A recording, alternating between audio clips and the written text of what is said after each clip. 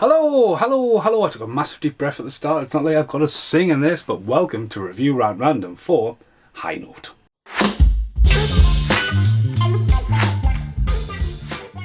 Hello, so I don't do many review randoms, can't even speak. Well done, great start.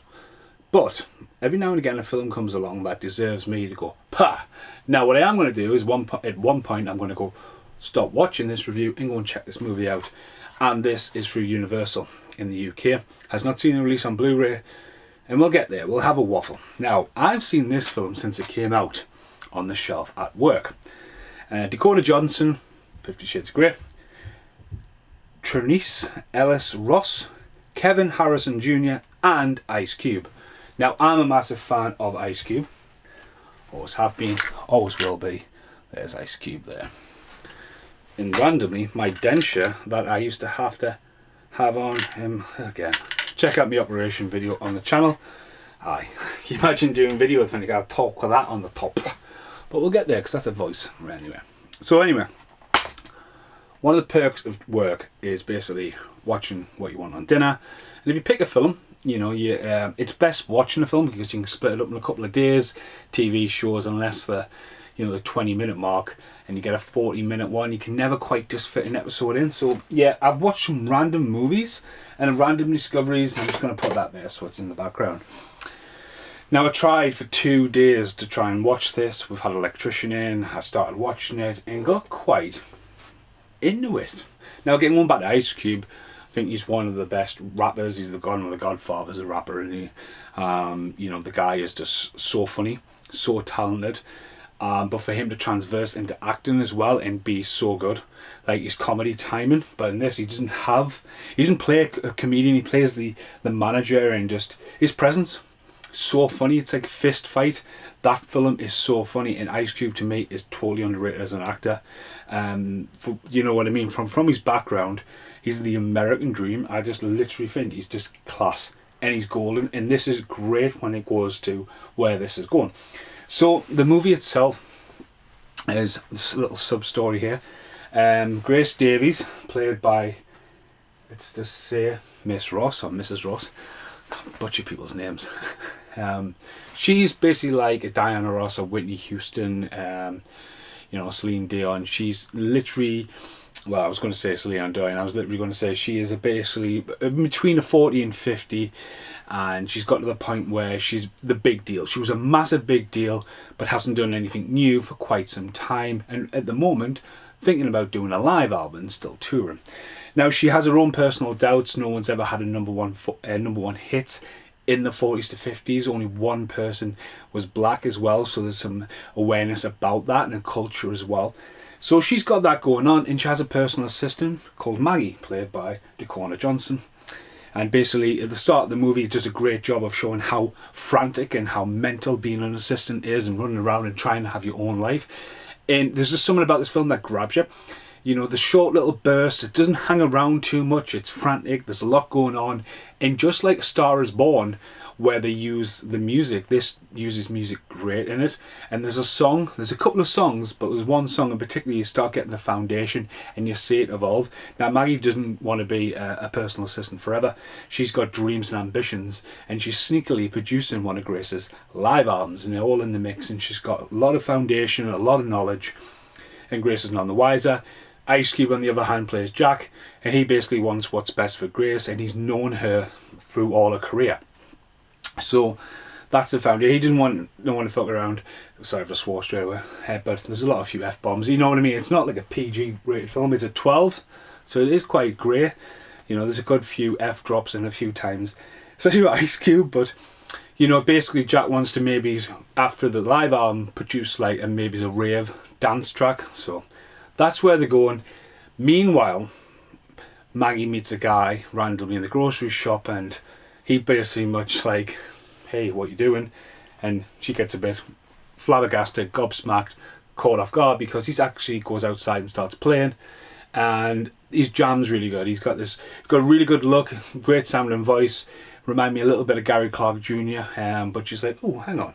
So she decides to delve into, I want to try and produce him while trying to manage her, be an assistant.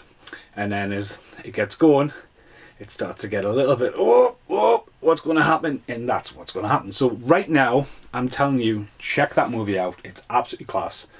And now, I'm going to spoil it. Seriously, I'm going to spoil it. So, again, I watched about half an hour. Then I seen about 20 minutes. And, like, basically what happened is I bought the film because I was enjoying it that much.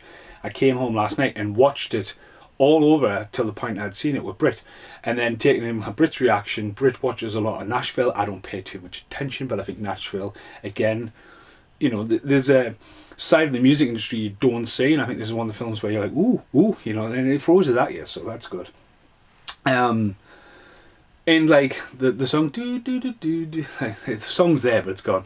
I think the foundation, the build up, and then the risks they take, and then you see, like, I personally got to the point where Eddie Izzard turns up, and you think, oh, and then he's like, no, and it literally throws you. You think, oh yeah, he's going to come off and be the savior, and that's going to be the end of the movie, big break and all that, and it just fucking slaps you in the face, goes, no, and you think, well, what the hell? And again, it throws really fast. And then for it to just shoot off to like Martha's Vineyard, let's just say, because it just shoots off to somewhere, and Bill Pullman turns up. Didn't even see Bill Pullman turn up, and he always plays a great kind of laid back kind of character. And you know, the radio DJ thing gets on, and then Grace turns up, seeing that she's been a bitch. And then for like, you know, he walks in, who Calvin, sorry, I might call him Kevin at the start of this. He walks in, he's just like, right, I'm ready. So everyone turns up in Martha's Vineyard at once, and like the whole like spoiler of like, hang on, it's his son, and she's been like the assistant for 3 years and not known that Grace has a son, and actually she's started now dating and now trying to produce the talent. I didn't see that coming. I was absolutely smacked by that. I was like, I didn't see that coming, because to do that so cleverly at the start, like the whole, you know, I'm not walking around saying I'm Grace Davis' assistant, like, listen to me. She just meets some random guy in the grocery shop, and they just have so much good chemistry, and they have so much good chemistry on screen as well. And obviously Dakota is obviously famous for 50 Shades of Grey, but like, apart from the phenomenal that was with the book and the demand, she's just a ray of light. There's another film like this called Inner World, where Lake Bell really carries the movie, and a side of an industry story you don't see, you know. So it does have a happy ending, and the song's really good. Comes back. I love how it ends, where she goes, play that back again from the top, and there's that smile from Grace, because now she's producing Grace, she's got what I want. And then you actually hear the full track over the credits, which again I think is really good, because you hear a little bit, but then you hear the whole song, and I think that's what's good as well, because the film gives you that. It's like Hustle and Flow, where, you know, a film is constructed and just edited and flows really well to when it's, you know, you get glued. Star is Born, I was glued to that, even though it's pretty dark, and you know that I didn't know the original story. It's still like music, when it's done that well, captures it. It's a shame it didn't get a Blu-ray release.